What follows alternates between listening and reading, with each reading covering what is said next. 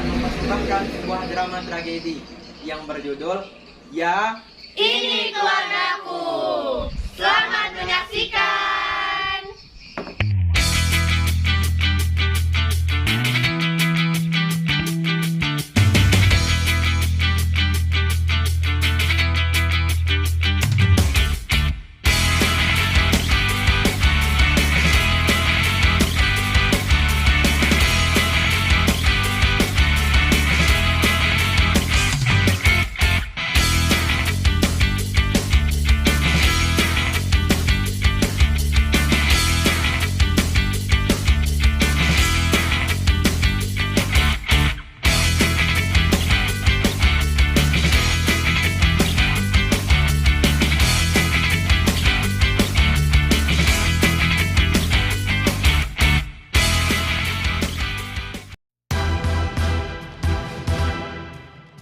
Di pagi yang cukup cerah, diselimuti embun yang masih belum beranjak rupanya.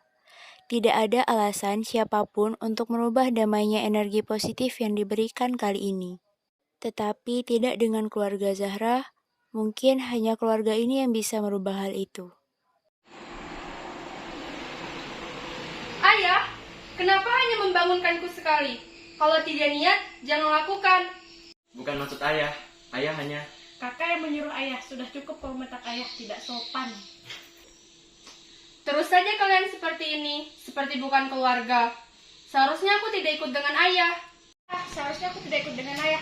Sana pergi kalau kamu menyesal. Cukup kalian berdua.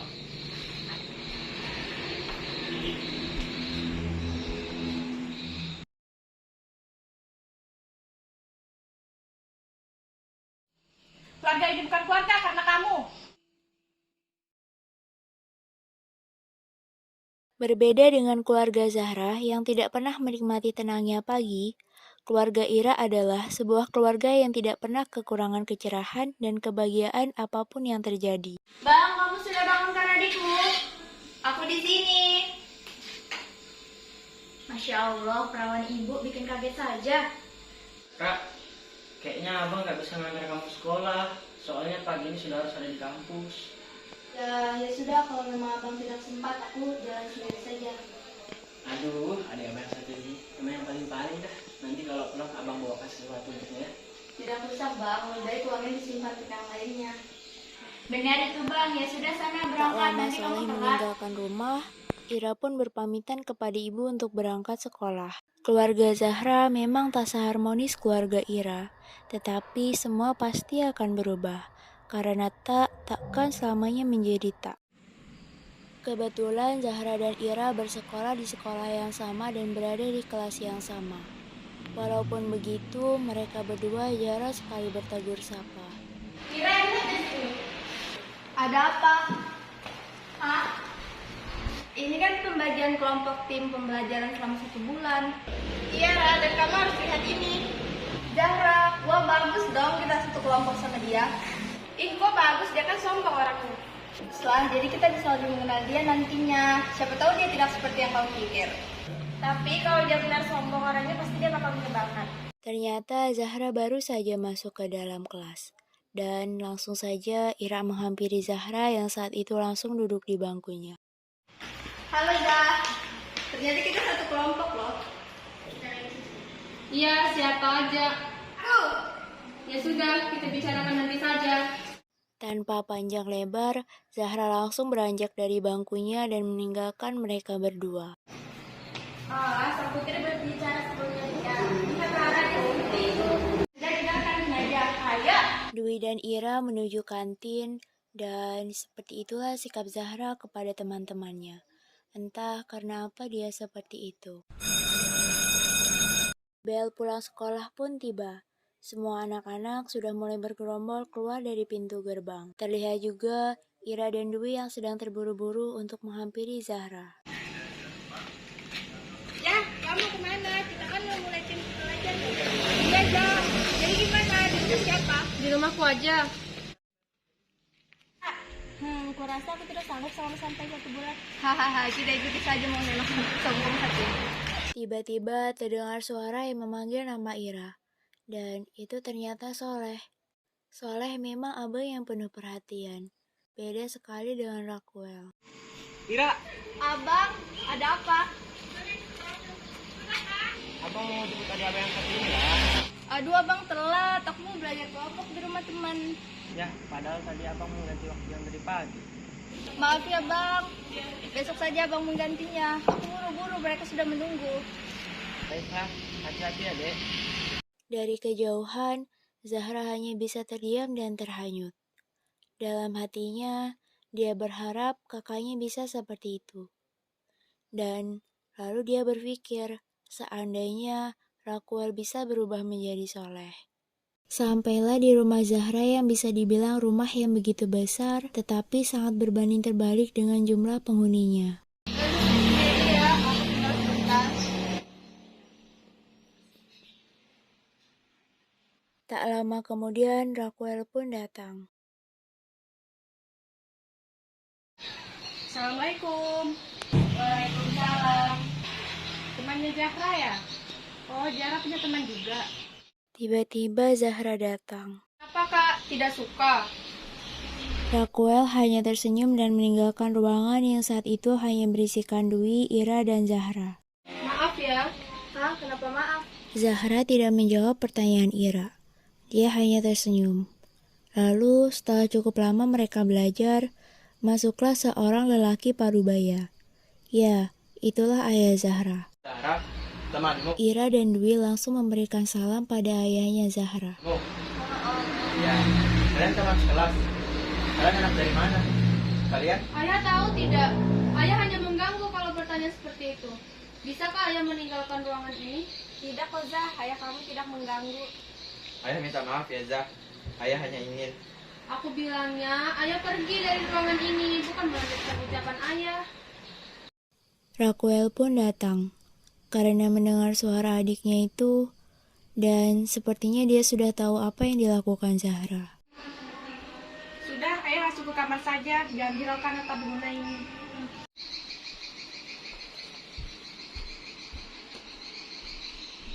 Aku rasa sampai di sini saja belajar kita. Karena tidak mau ikut campur dalam urusan keluarga Zahra, Ira dan Dwi segera meninggalkan rumah Zahra. Tidak punya rasa malu kamu bersikap seperti itu depan teman-temanmu sendiri. Tidak tahu malu.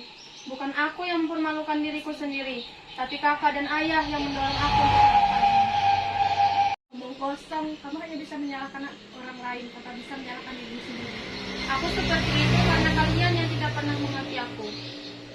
Tadinya kamu harus mengerti diri sendiri sebelum orang lain yang lakukan itu.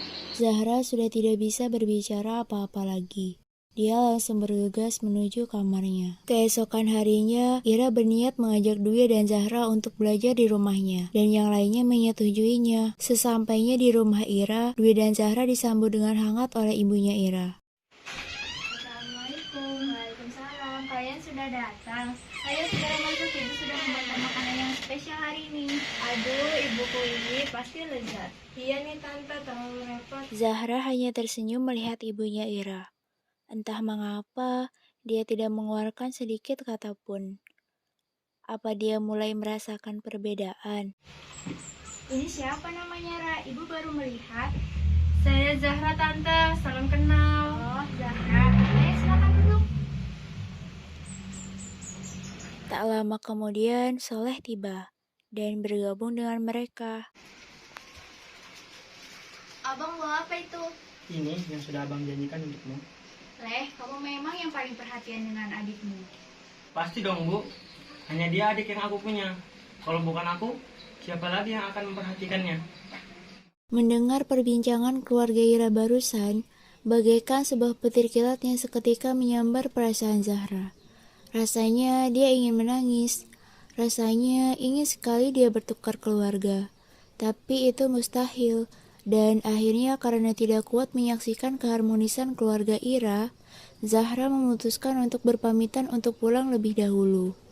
Melihat sikap Zahra membuat ibunya Ira keheranan, dan Ira teringat sesuatu. Kejadian kemarin di rumah Zahra, dia merasa tidak enak jadinya dengan Zahra.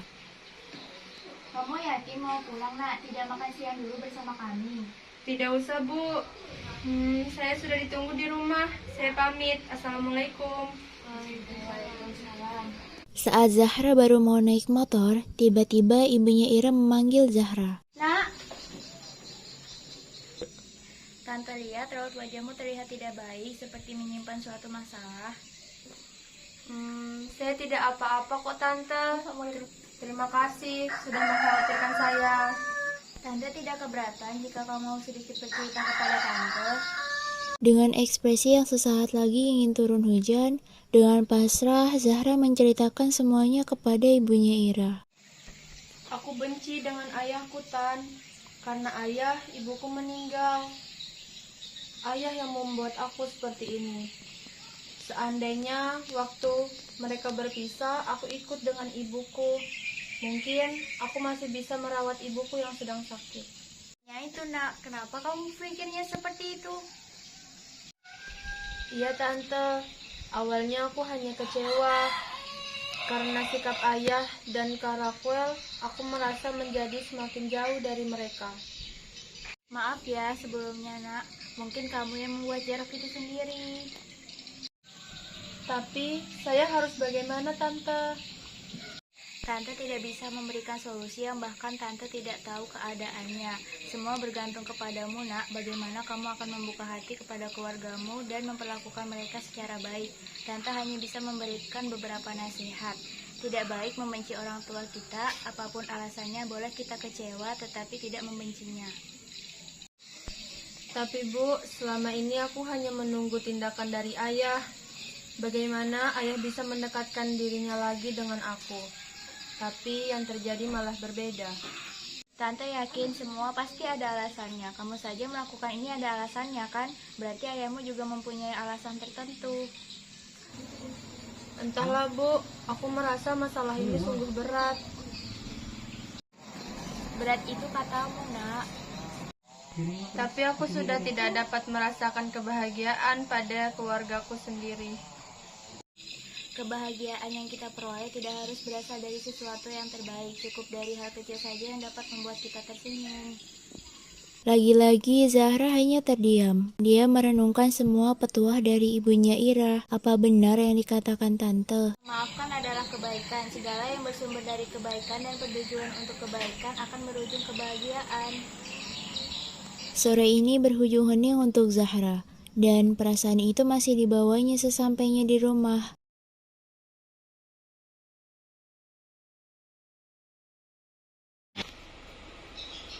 Zahra, kamu baru pulang.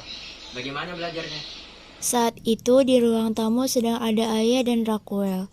Dan Zahra tanpa mengeluarkan satu kata pun langsung meninggalkan ruangan. Jah, kesini sebentar kamu. Zahra menghampiri kakaknya itu.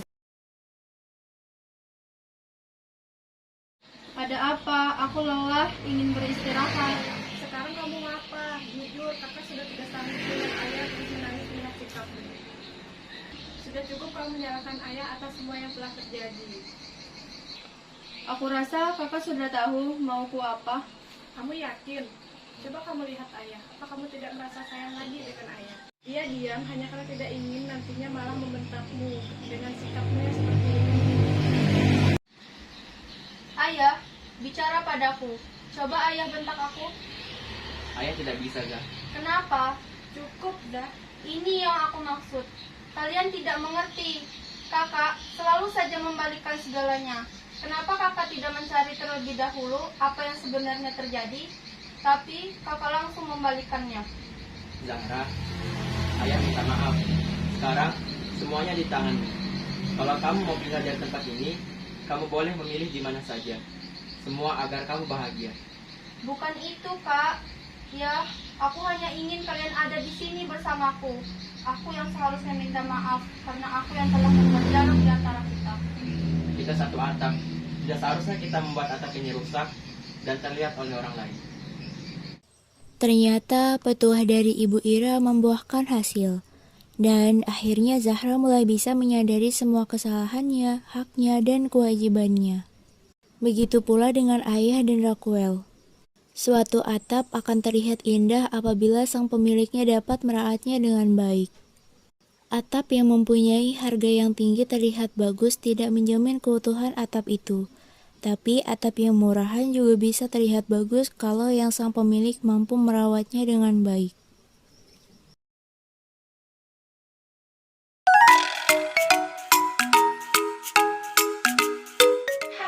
Seharusnya tidak ikut dengan ayah. Masya Allah, kawan ibu. Kelompok sama dia.